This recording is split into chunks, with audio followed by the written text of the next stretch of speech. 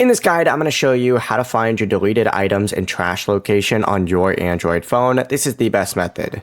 Intro. Begin by swiping up and you need to open up your My Files app or the Files app. On Samsung phones, you may find it inside of the Samsung folder, or you can just search for it. But scroll down on here and then you're going to see a utility section, and sometimes it's called a recycle bin, sometimes it's called a trash bin. Go ahead and select that and you're going to see all your recently deleted photos, videos, and documents. These are going to be stored for up to 30 days before being permanently removed. To recover something, you just got to press and hold down on the item itself, and then you're going to see restore all down at the very bottom, and you could select a bunch of different stuff from here. The file will then be returned to its original folder. Before you do leave, make sure to like the video and subscribe to the channel with all notifications on. It really does help with the channel and it lets us know that you want more content like this. We'd greatly appreciate it. And if at any point throughout this guide you did have any questions, just ask them down in the comment section below and we can help you out further. I'm going to be doing my best to reply to every single comment down there. Peace.